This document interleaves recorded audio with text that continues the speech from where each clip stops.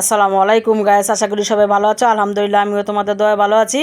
মাটির চুলা আজকে খিচুড়ি রান্না করবো। পাতিল বসিয়ে দিয়েছি, পরিমাণ মতন পেঁয়াজ দিয়েছি, তেল দিয়েছি, এলাচ চাল দিয়েছি, দিয়ে এই যে পেঁয়াজটা ভেজে নিয়েছি, আদা রসুনের পেস্ট দিয়েছি, আদা রসুনের পেস্ট ভেজে নিয়েছি। এখানে মুগ ডাল আর মুসুরি ডাল দিচ্ছি, আর 4 চামচ হলুদ দিয়ে দিচ্ছি, দিয়ে ভেজে নিয়েছি। পরিমাণ মতন পানি দিয়েছি, লবণ দিয়েছি।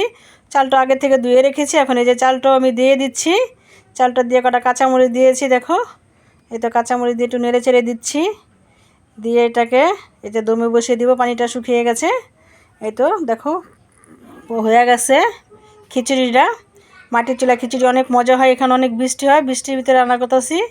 এখন রান্না করবো ব্রয়লার মুরগি দিয়ে আলু দিয়ে রান্না করব। ব্রয়লার মুরগিটা কেটে ধুয়ে পরিষ্কার করে নিয়েছি তোমার। এখন দিয়ে দিব 1 চামচ হলুদের ফাঁকি, 1 চামচ মরিচের ফাঁকি, পরিমাণ মতন লবণ দিয়ে তোমার হাতে মেখে নিব। আর মাটির চুলায় খাবার কিন্তু অনেক টেস্ট হয়। আমি বলতে গাউসি আছি, তোমরা কে কে খাবে চলে এসো, সবাই দাওয়াত হলো। মুরগিটা মাখিয়ে নিয়েছি, কড়াই বসিয়ে দিয়েছি, পরিমাণ মতো তেল দিয়ে দিয়েছি।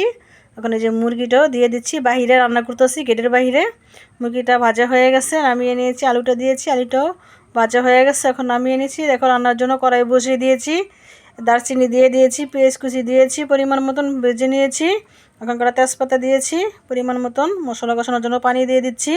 আদা রসুনের পেস্ট দিয়ে দিচ্ছি, 3 চামচ হলুদ, 3 চামচ মরিচ, পরিমাণ মতন লবণ দিয়ে দিচ্ছি। দিয়ে একটু নেড়ে চেড়ে নিচ্ছি।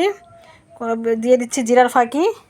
তো জিরার ফাঁকিটা দিয়ে কষিয়ে নিয়েছি। এখন ভাজা মুরগি আর আলুগুলো দিয়ে দিচ্ছি। দিয়ে একটু পানি দিব কষানোর জন্য। পানি দিয়ে তোমার আমি ঢাকনা দিয়ে ডেকে দিব। এতে দেখো ঢাকনা উঠিয়ে এখন আবার নেড়ে চেড়ে দিচ্ছি। প্রায় কষানো হয় না এখনও, কষায় নিব আমি আর একটু। তো ঢাকনা দিয়ে ডেকে দিয়েছি, দেখো কষানো হয়ে গেছে। এখন ঝোলের জন্য পানি দিয়ে দিচ্ছি। পানিটা দিয়ে নেড়ে চেড়ে দিচ্ছি, দিয়ে এটাকে সুন্দর করে হয়ে নিব। এই দেখো হয়ে গেছে। এখন দিয়ে দিচ্ছি জিরার ফাঁকি দিয়ে নেড়ে চেড়ে দিচ্ছি আবারও। দেখো মুরগিটা হয়ে গেছে। যদি মুরগি খিচুড়ি রান্না তোমাদের ভালো লাগে, লাইক কমেন্ট শেয়ার করো। আমি এখনও বলতে গাউসি আছি, সবাইকে দাওয়াত দিলাম, সবাই আমার বাসায় চলে আইসো খেতে। আল্লাহ হাফেজ।